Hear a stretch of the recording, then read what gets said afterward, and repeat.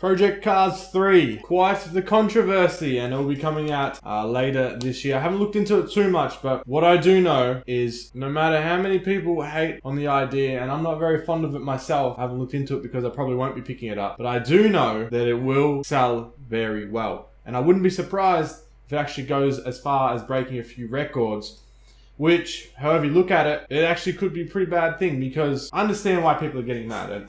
And if you don't understand, you've just seen kind of the controversy. The game itself is not a problem. If a game wants to come out and it's an arcade racing game, well then it's an arcade racing game.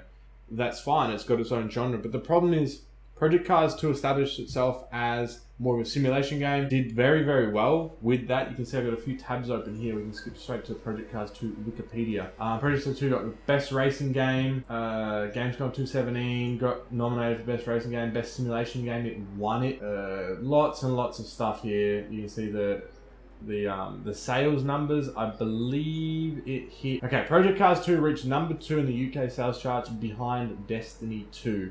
The game reached number 3 in both Australia and New Zealand. In Japan, it was the 6th selling best PlayStation game and 11th overall. The game sold 265,000 copies on PC in the first 9 months following release. I believe it hit 2 million total, which is actually quite good. But as good as they did there, they've deserted their roots of Project Cars 2 and the simulation focus, and now they've gone for... So you can see why there's a bit of an uproar, because they've completely deserted their roots, and it begs the question for me is, why didn't they just try and launch a new game? They're trying to ride the wave of using the title that Project Cars 2 set for itself and go a completely new route. And it's almost like we've seen this before.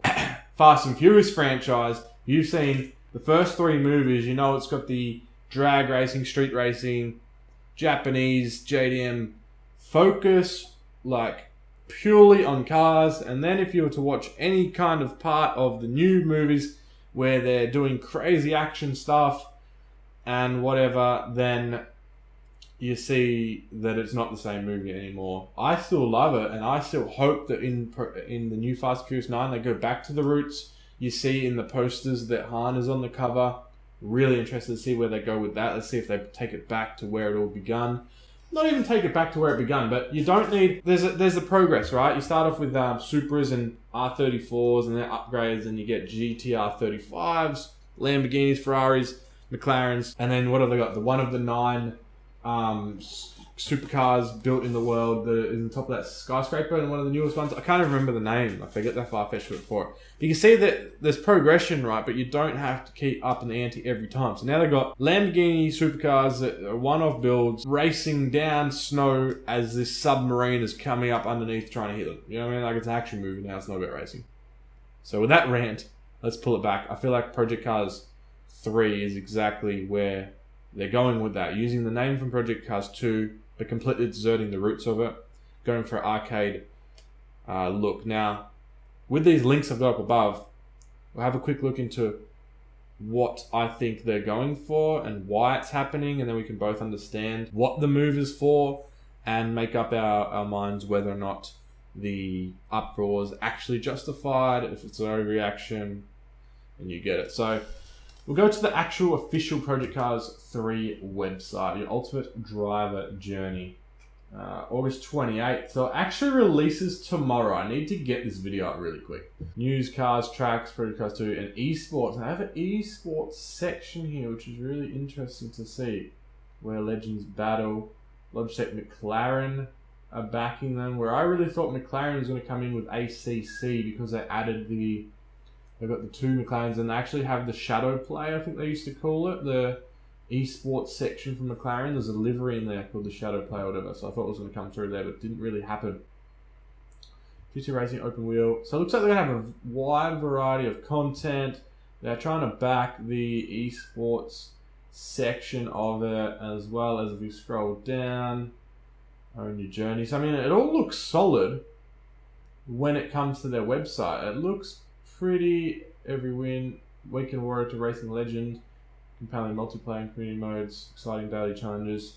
Gosh, man, so much potential with this game, isn't it? And I just really are going for that arcade look. Now, after we've seen the trailer, This is who they're really trying to compete with. Gran Turismo. Now, if you look, let's look at their website. This game has done unbelievably well. I went to Japan. I was in Tokyo. Actually, Udaiba. I randomly looked, and they were setting up this massive biannually, so every 2 yearly, they'll do this massive car convention, and I just happened to see it. I'm like, what? I'm coming back here tomorrow. And as I'm rolling around, they actually had one of the finals on, maybe an international final, I'm not really sure, but for Gran Turismo. I couldn't believe what was happening. And it really, really was intense. So it gave me a lot of respect instantly for the game. Gran Turismo 3 was the first one that I ever got into. I did a 12-hour race by myself. I had to pause that like 2 nights in a row, I believe, through the summer holidays. That's where I really started though. And I was on controller with Gran Turismo. Now this is one of the kings of the genre, as much as a lot of people probably like rolled their eyes with that. I'm talking about sales. Look at Gran Turismo sales.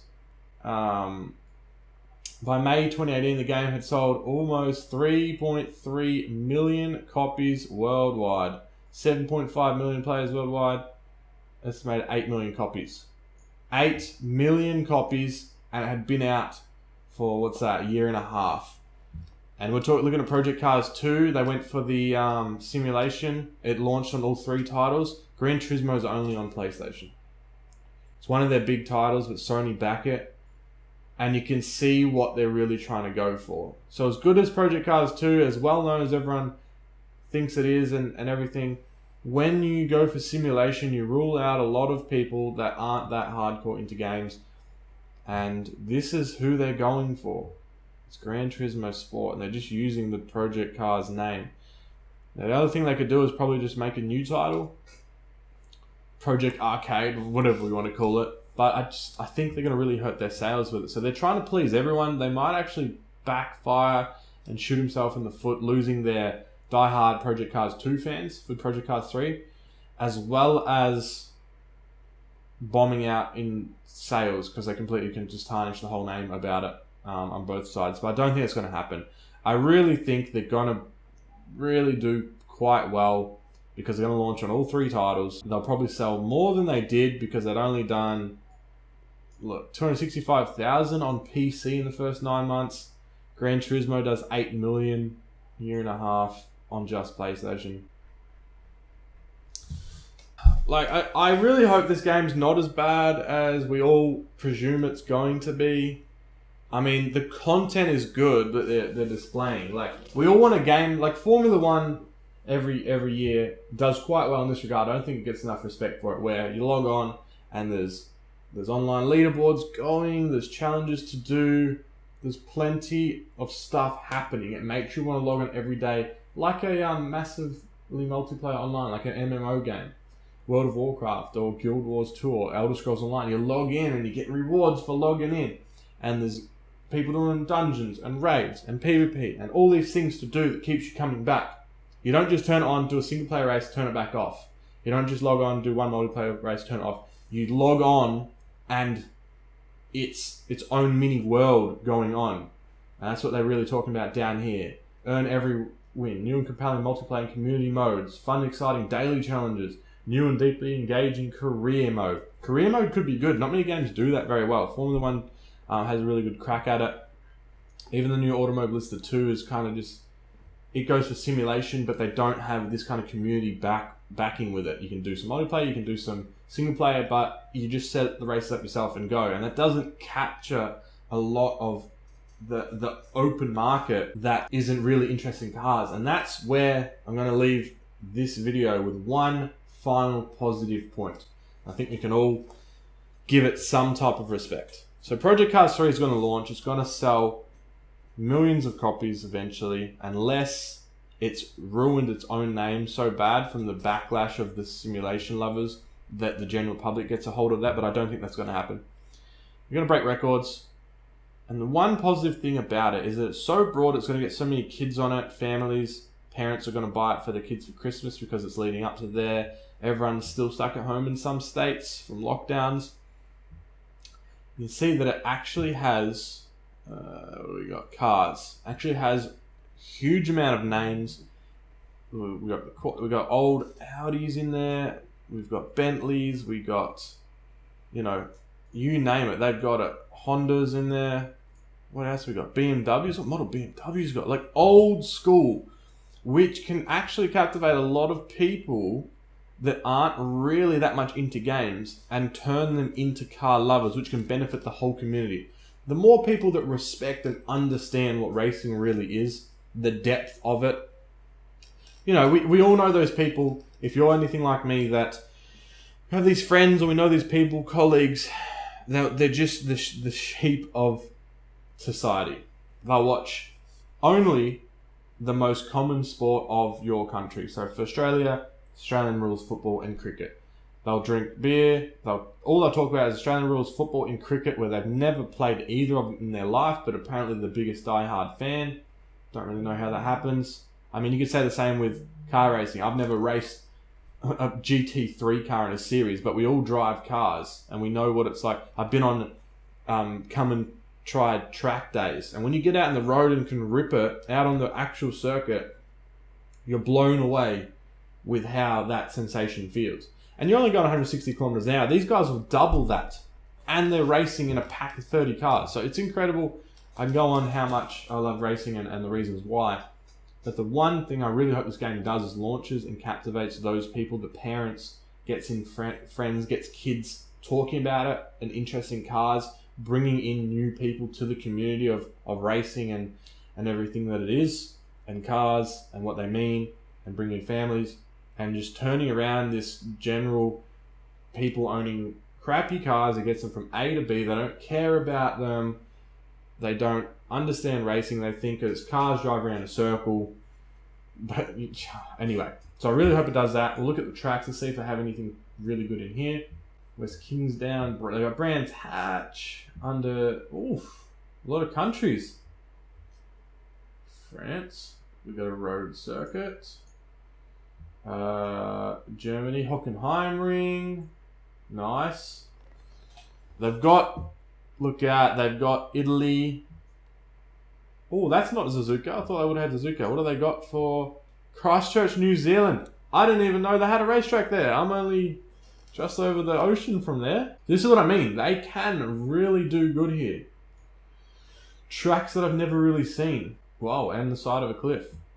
So if they can pull this off where they can please both ends of the spectrums, this could do a lot of good for the car community. But so far, they really got to pull off something cool. There's a lot of hate with this game. Look at the trailer. Look at the trailer. And look at the dislike ratio. You read some of the comments. Let's improve the simulation by removing tyre temps and pit stops. Yeah. Not sure about that. But maybe they're trying to go for some real neck and neck esports type racing where everyone's optimal. It just makes racing all the more hardcore without the strategy. So I'm going to try and look at this as glass half full type person, try and look for the positives of what this game could be and can do, trying to overlook some of the negatives, because even I get them when it comes to mind. It's like you're losing your roots that you built so well with. But Gran Turismo kind of is semi-hybrid game. I think it's more simulation than this one looks like. 8 million copies, massive esports backing. I'm actually kind of sad I missed out on that game because PlayStation only. So can Project Cars 3 be the Gran Turismo of all 3 platforms? We'll have to wait and see. We've only got one day to go. Thanks for watching, guys. Be sure to like the video if you found anything in here beneficial or slightly interesting, and you can always subscribe for more sim racing car content. And with that said, I will see you next time.